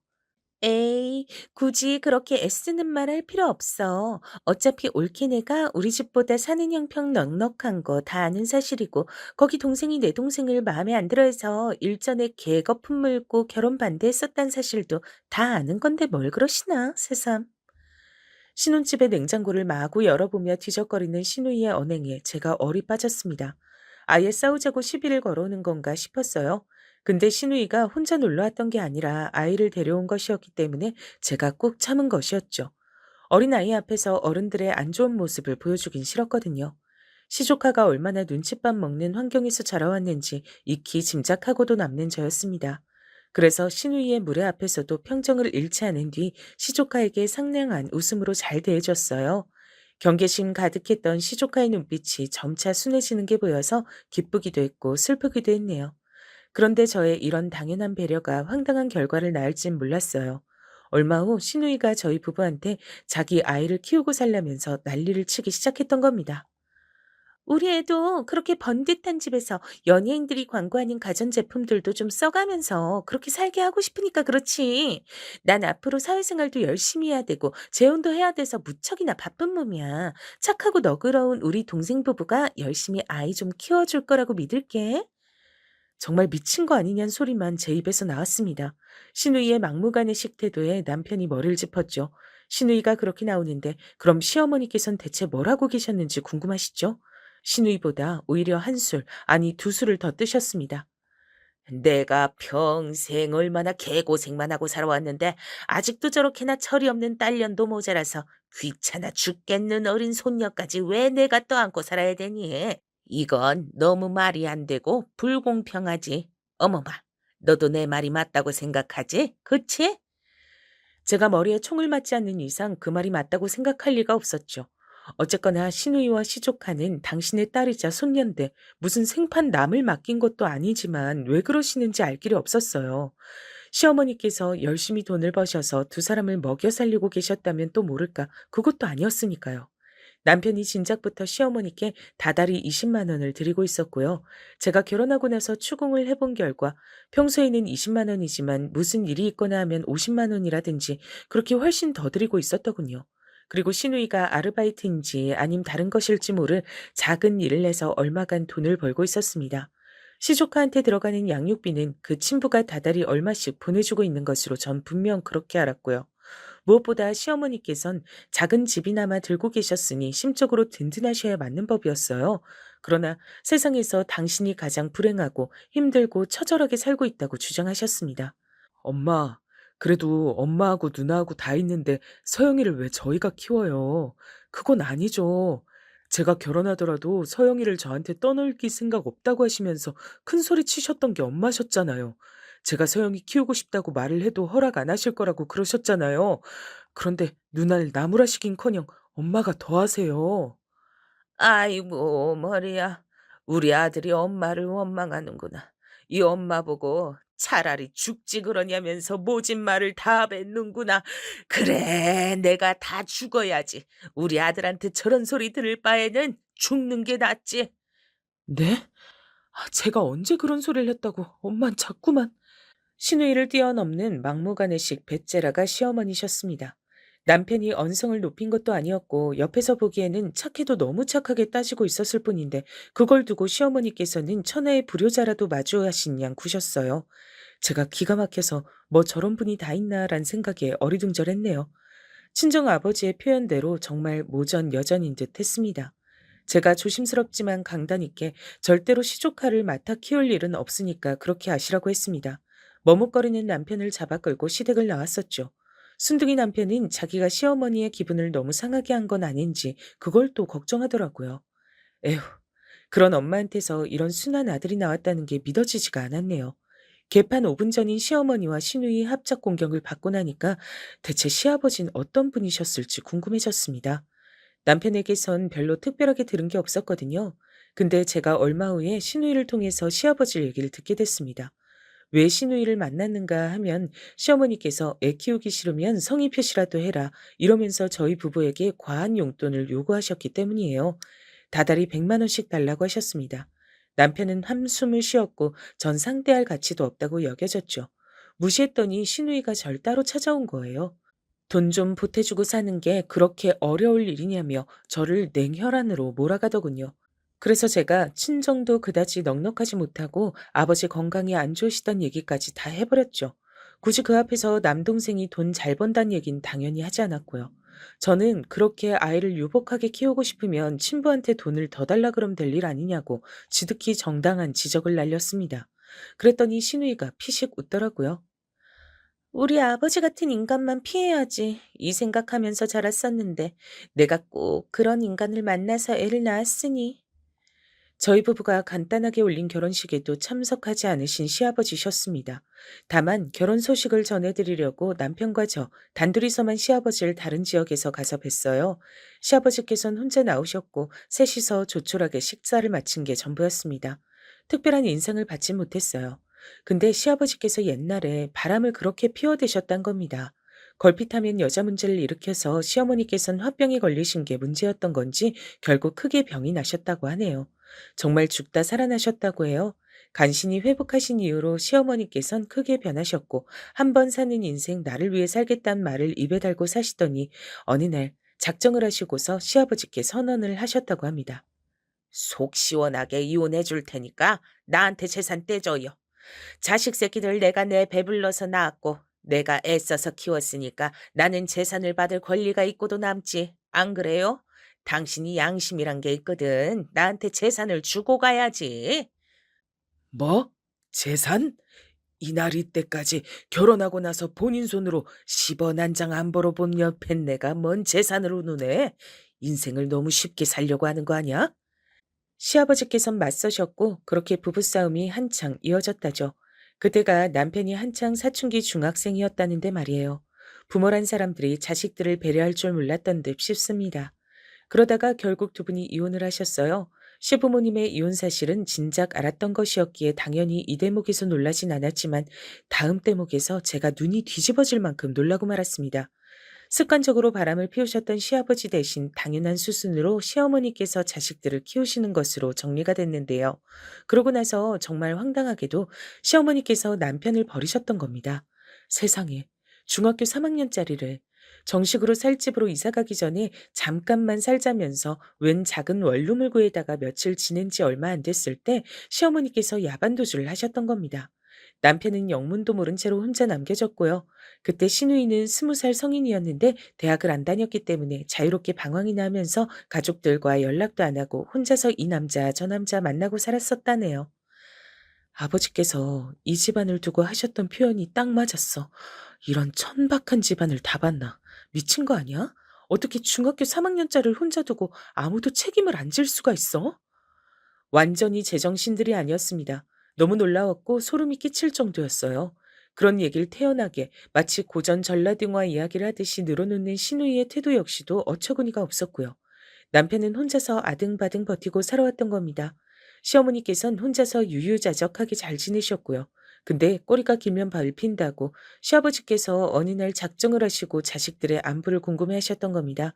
시어머니께서 그걸 아실 리가 없었죠. 그래서 들통이 났고 시아버지께선 분노하셨습니다. 내 핏줄을 위해서 돈을 보내줬던 건데 여태까지 날 속였어? 내가 정 하나 남지 않은 당신 좋으라고 당신 쓰라고 돈을 보내줬던 건 줄 알아? 가만 안 둬. 죽여버리겠어. 그러자 시어머니께선 혼비백산하여 사방팔방으로 자식들을 찾기 시작하셨죠. 그렇게 시누이와 남편을 찾으셔서 한 집에 모이게 되었던 것입니다. 방 2개짜리 작은 집은 참고로 시아버지의 명의였더군요. 저는 그 이야기를 듣기 전까진 당연히 시어머니의 집인 줄 알았건만 그게 아니었던 겁니다. 어찌저찌 가족이 모였는데 그러자마자 시누이는 대뜸 결혼시켜달라 그랬다네요. 결혼하겠다고 난리를 쳐서 그때 시아버지께서 돈을 좀 보태주셨다고 합니다. 그걸로 시누이가 결혼을 한 것이었던 거예요. 당시에는 남편이 사회 초년생이었는데 이런 동생의 돈을 시누이가 뜯어갔습니다. 차라리 벼룩의 간을 빼먹지. 근데 그 모습을 보면서 시어머니께선 아, 내가 앞으로 내 아들한테 빨대를 꽂고 살면 되겠구나 하는 깨달음을 얻으셨던 겁니다. 아주 미쳐 돌아가는 집이었어요. 시댁의 비화를 알게 된 전 남편에게 따지듯이 물었습니다. 어째서 이토록 정신이 나간 모친과 눈알 저버리지 않으냐고요. 보살인 것도 정도가 있잖아요. 왜 자식된 도리, 동생으로서의 도리를 유지하고 지내는지 이해가 가질 않았습니다. 그랬더니 남편이 씁쓸한 얼굴로 이런 말을 하더라고요. 모르겠어, 나도. 바보 같고 등신 같단 소리를 들어도 솔직히 할 말 없다고 생각해. 하지만 핏줄이잖아. 엄만 날 세상에 태어나게 해주신 분이잖아. 날 버리고 떠나셨을 땐 세상이 무너지는 줄 알았고 가슴속에 증오만 가득했었어. 하지만 시간을 넣어 다시 엄마랑 함께하게 됐을 때 깨달은 점은 그건 증오였을 뿐만 아니라 애정이 동반된 애증이었단 사실이야. 어쨌든 엄마하고 아버지가 내 부모님이란 것, 인생에 도움 하나 안 되지만 누나가 유일한 내 형제란 것, 그 사실이 나를 올가매는 것 같아. 혼자인 건 너무나도 외롭거든. 그걸 겪어봤기에 나는 잘 알아. 그리고 나는 내 조카 서영이가 너무 불쌍해. 옛날에 내가 그랬듯이 서영이도 외로움이 뭔지 배우고 있는 것 같아서 자꾸 마음이 쓰이고 외면이 안 돼. 하나뿐인 내 친족하잖아. 남편이 제 앞에서 고개를 떨구는 것도 마음에 안 들었고 남편의 얘기에 어느새 공감이 가고 있는 제 자신도 마음에 안 들었습니다. 파혼했던 시절 그때에도 전 남편 하나만 보고서 결혼을 하려고 했던 사람이니 그저 아무것도 신경 쓰지 말고 남편만 생각하자며 이런 결심으로 애써 마음을 다잡았네요. 사람 골 때리게 하는 시댁과는 별로 연결고리는 만들고 싶지 않아서 제가 거리를 좀 뒀습니다. 시어머니께서 허구한 날 연락을 해대시며 백화점 가고 싶다, 가방 가지고 싶다, 며느리가 나들이 시켜줬으면 좋겠다 이런 바람을 내비치셨으나 대꾸도 안 해드렸습니다. 연락도 잘 안 받았고요. 제가 좋아서 저와 잘 지내고 싶으셔서 그러시는 것 같지도 않더라고요. 이렇게 어영부영 지내다 보면 별로 신경 쓸 일 없이 결혼 생활을 해나갈 수 있지 않을까 싶었던 어느 날이었습니다. 시누이가 집을 나갔어요. 짐을 싹 챙겨서 사라졌더군요. 너무 황당했는데 더 황당한 건 저희 부부에게 보인 시어머니의 반응이었습니다. 그 연병할 것이 새로 남자 생겼다고 지난달부터 떠들어댈 때 표정이 묘한 것을 내가 심심치 않게 여기긴 했었지. 설마 그래도 자기 새끼를 두고 잠적이 날까 싶어서 가만뒀는데 결국 이 사다를 내는구나. 우라질. 괜히 낳은 딸년 때문에 내가 평생을 머리가 아프네. 내가 이런 지경인데 어떻게 남겨진 손녀를 잘 돌볼 수가 있겠니? 너희 둘이서 어떻게 좀 해봐라. 뭐라고요? 어떻게 친손녀한테 그러실 수가 있어요? 여태까지 한 집에서 같이 살아온 어린 손녀한테 일말의 정도 없으신 건가요?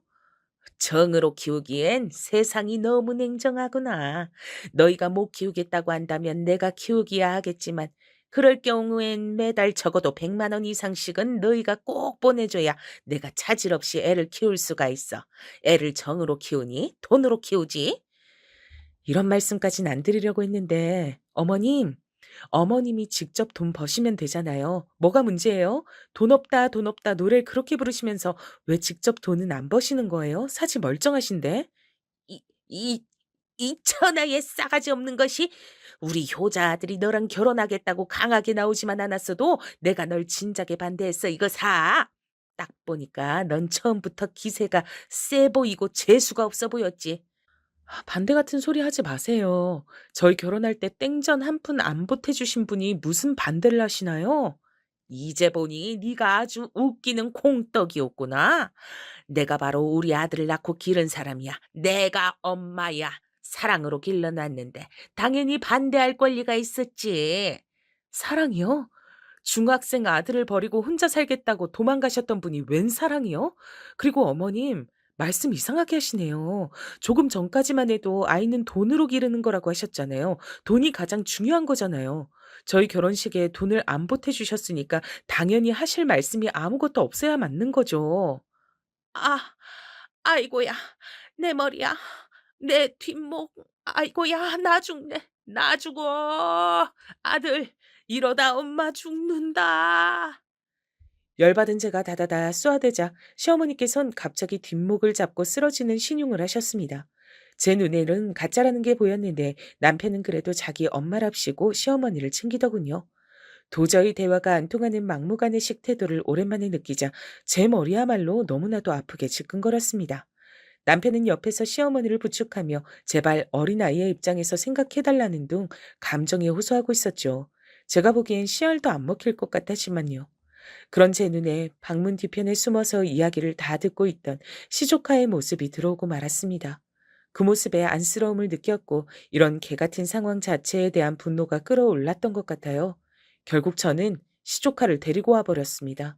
남편이 저의 결정에 깜짝 놀랐고 친정 식구들도 이야기를 듣고서는 기함했으나 제 걱정 때문에 아이를 키우는 것을 싫어하는 것이지 아이 자체만 놓고 본다면 시어머니보다 저희 부부가 맞는 것이 훨씬 낫다는 것을 다들 속으론 알고 있는 듯 했어요.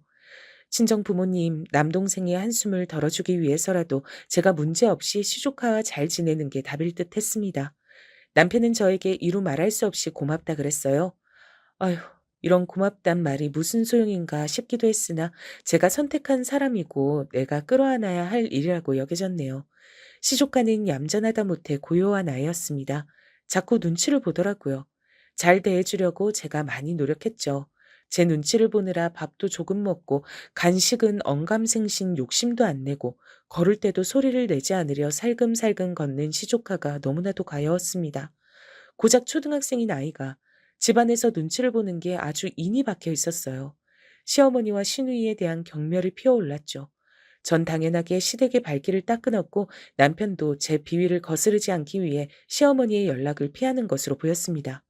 제가 남편을 이제는 잘 알았기 때문에 그 착하고 무른 성정으로 시어머니를 완전히 외면할 수가 없어서 착잡해한다는 걸 느끼고 있었죠. 대체 가족이란 뭘까? 부모는 뭐고 자식은 뭘까? 이런 생각을 제가 하면서 지냈습니다. 그럴수록 제 친정 부모님께 더욱 잘해드려야겠다는 생각으로 귀결되더군요. 어쨌거나 진정한 제 편은 피를 나눈 가족이란 생각 역시도 함께 들었어요. 남동생이 존재한다는 것만으로도 든든하긴 했으니까요. 이런 걸 모르고 자란 남편, 그리고 시조카가 안쓰럽게 여겨지기도 하던 어느 날이었습니다. 예고 없이 비극이 닥쳐들었어요. 바로 그 전날까지만 해도 저한테 시조카를 보는 게 힘들지 않냐며 전화로 제 걱정만 하셨던 엄마셨습니다. 세상에서 가장 든든한 제 편, 영원한 저의 지원군, 친정엄마께서 교통사고를 당해 현장에서 숨을 거두시고 말았습니다. 웬 저녁 시간에 남동생이 전화를 했길래 드문 일이라고 생각을 하며 그 전화를 받았던 순간부터 저는 불길했었죠. 남동생이 엉엉 울고 있었거든요. 즉시 제 심장이 철렁 내려앉았어요. 병원으로 가는 내내 오열했습니다. 운전대를 잡은 남편도 울고 있었어요. 싸늘하게 식은 육신만 남겨두신 채 영원한 잠에 빠지신 엄마를 마주했을 때 저는 실신을 하고 말았습니다. 깨어나고 나선 이게 꿈이 아니라 현실인 것을 저주했죠. 남편이 제 옆에 있어줬기에 정말 간신히 몸을 일으켜 장례식장을 지킬 수 있었던 것 같아요. 눈에 초점이 나간 남동생이 억지로 버티면서 조문객을 맞이했고 아버지께선 극심한 충격으로 쓰러지신 뒤 병실에 입원을 하신 상태였습니다. 이러다 아버지마저 잃을 것 같아 두려움이 밀려들었죠. 남동생이 억지로 버티는 모습을 보면서 저도 힘을 냈고 눈도 붙이지 않은 채로 동분서주하며 장례식장을 지키고 집에 들러서 시조카를 챙기고 세면도구 같은 걸 바리바리 가져다 준 남편을 보며 감동했습니다. 어찌됐든 이 남자와 결혼하길 잘했다고 엄마께서도 하늘에서 그렇게 여기고 계실 거라 그렇게 생각하던 바로 그때였습니다. 사람 팔자가 정말 모를 일이다. 편찮으시다던 바깥사돈보다 어떻게 안사돈이 먼저 떠나신다니. 이래서 가는 데는 순서 없다 그러나 봐. 시어머니께서 오신 겁니다. 와주신 것 자체는 너무 감사했지만 시어머니께서 저에게 다가와 입을 여시자마자 제 머리가 너무 아프기 시작하더군요. 워낙 범상치 않은 분이신 걸 알고 있으니까요. 그리고 전 시어머니를 상대할 여력이 조금도 없었습니다. 고통스러운 슬픔 속에 저 자신 하나를 간신히 붙잡고 있는 형국인데 시어머니께서 무슨 헛소리를 하시든 제가 이겨낼 수 있는 때가 아니었기에 제발 그냥 조용히 가주십사 싶었죠. 걸음해 주셔서 감사해요. 저희 엄마도 그렇게 생각하실 거예요. 당연히 그렇겠지. 내가 솔직히 네가 싸가지 없이 굴었던 게 얄미워서라도 안 올까 하다가 그래도 내가 어른이고 너보다 나은 인성을 지닌 인생의 선배로서 좋은 모습을 보여야겠다는 생각이 들더구나. 아, 물론 안 싸돈을 애도하기 위해서란 이유가 가장 크지. 네, 알겠습니다. 대충 알겠다고 하면 다니. 쌀쌀 맞긴. 저기 근데 있잖아. 안 싸더니 보험은 어떻게 좀 빵빵하게 들어놓으셨을까나?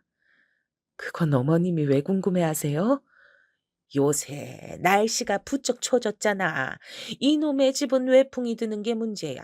올겨울은 또 어떻게 날지. 지금 집처럼 아담해도 좋으니까 내년엔 제발 좀 멀쩡한 아파트에서 살아보는 게 소원이다. 혹시 안사돈 돌아가셔서 보험금 나오는 것들이 있으면 나 아파트 좀 사게 도와줄 순 없니?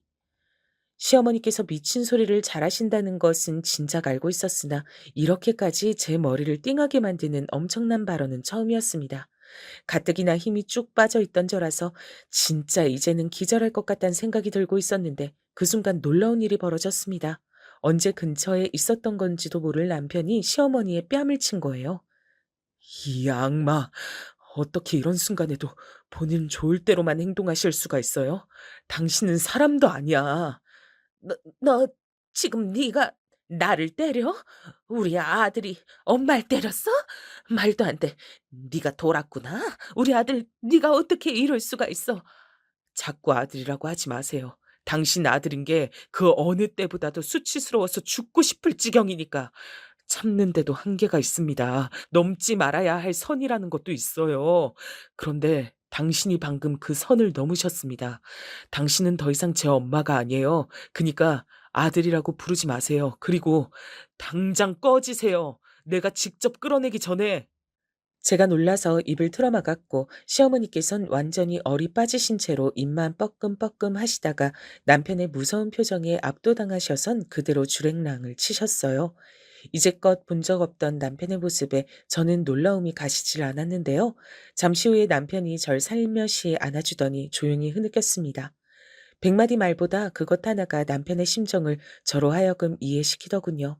저 역시 아무 말 없이 남편을 꼭 안아줬네요. 엄마를 보내드린 이후 아버지께선 자식들을 위해서라도 버티겠다고 하시며 마음을 다 잡고 건강을 회복하셨습니다. 너무 감사한 일이었죠. 시어머니께선 남편이 그때 잠시 눈이 돌아서 그랬던 걸로 생각을 하셨는지 태연하게 연락을 해오셨으나 어림도 없었죠. 싸늘하게 무시했습니다. 그 다음으로 놀라운 일이 벌어졌는데요. 시조카의 친부가 찾아온 거예요. 알고 보니 시조카의 친부가 이혼하면서 자기 본가의 연락처를 종이에 적어서 줬었더라고요. 시조카는 그걸 고이 간직하고 있었고 제가 우연히 그걸 발견하게 되며 이게 뭐냐고 물어봤던 거죠. 저희 부부가 시조카 상의를 한 끝에 연락을 해봤는데요. 이틀 뒤에 친부가 화가 난 얼굴로 찾아왔습니다. 내 이럴 줄 알았지. 돈만 붙이면 애 잘 키우겠다고 하더니 다 거짓말이었어. 신우에게 돈을 보내는 걸 끊겠다고 하더군요. 시조카는 데려가겠다 그랬어요. 재혼한 상태였고 어린 딸을 새로 낳았는데 아들이 아니고 딸이라면 같이 키워도 되겠다며 시조카를 데리고 오는 걸 이미 집안 사람들에게 다 동의를 받았다 그랬습니다. 얼떨결에 시조카를 내어준 저희 부부는 불안에 떨었으나 천만다행히도 시조카는 그 집에서 적응을 잘했습니다. 아빠보다 오히려 아줌마가 더 상냥해요. 그리고 동생이 엄청 귀여워요. 앞으로 제 친동생 삼아도 된다 그랬어요. 신이 난 시조카의 목소리에 안심이 됐죠. 그리고 저희 부부는 시아버지께 연락을 했습니다. 모든 상황을 다 말씀드리자 예상대로 크게 분노하시더군요. 시어머니를 가만히 안 두겠다고 하시길래 제가 묘책을 드렸습니다. 그건 바로 더 괜찮은 집을 구해준다는 명목으로 지금 집에서 시어머니를 나오시게 만든 뒤 그 집을 팔아버리는 것이었어요. 그 집은 어쨌든 시아버지의 명의였으니까요. 작은 아파트를 새로 얻어주겠다는 시아버지의 제안을 의심 없이 기쁘게 받아들이신 시어머니는 원룸으로 들어가셨습니다. 왜 자꾸 전화하세요? 이번이 전화 받는 건 마지막이에요. 아예 차단할 겁니다. 이 싸가지 없는 며느리야. 우리 효자 아들을 변심시켜서 네 입맛대로 데리고 사니 즐거우니? 그래, 즐겁게 살아라. 나는 훨씬 더 즐겁게 살 테니까. 제가 피식 웃으면서 전화를 끊었고 번호를 차단했어요. 진작에 남편의 휴대폰에선 시댁과 관련된 각종 번호들을 다 차단한 지 오래였고요. 얼마 뒤 시아버지께선 그 집을 처분하셨습니다. 그리고 시어머니에겐 연락 두절을 선사하셨죠. 시어머니께 남은 것이라고는 이제 원룸 보증금 500만 원이 다였습니다. 눈물로 절규하시며 난리를 치셔봤자 아무 소용이 없었어요. 그 곁엔 아무도 남아있지 않았으니까요. 돌아올 곳을 잃어버린 신우이 역시도 처지는 마찬가지였습니다. 남편은 더 이상 자기 가족들을 거들떠보지도 않았어요. 그리고 친정 아버지께 열과 성을 다하는 사이가 되었답니다. 그 덕분인지 아버지께선 지금까지 건강 문제 없이 평탄하게 잘 지내고 계시고요. 남편이 가끔은 저보다도 제 동생과 더욱 사이가 좋아 보일 정도로 행복한 가족의 모습을 이어가고 있네요.